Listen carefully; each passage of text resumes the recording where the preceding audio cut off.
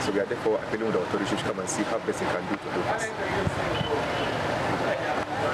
They say the residents here have taken it upon themselves to desist from activities that will worsen the situation here at Sawaaba. But they insist that most of the flood waters that run through this gutter and even the plastic wastes that are choking it are not generated by residents of this community, and therefore their frequent efforts to manage the problem yield almost no results. Sometimes when we try of mobilizing, see what we can do, whether if we can even create some little small bridge here. But like with the financing, we are organizing ourselves. But like if the authorities or the government can come and help us, we for them to construct the gutter for us, we'll be very happy.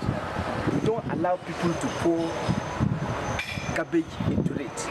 And sometimes... But there's still a lot of garbage in it. Yes, those garbage, there is the water from the ADB area.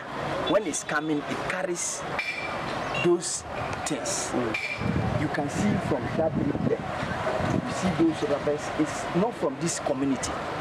It's from up.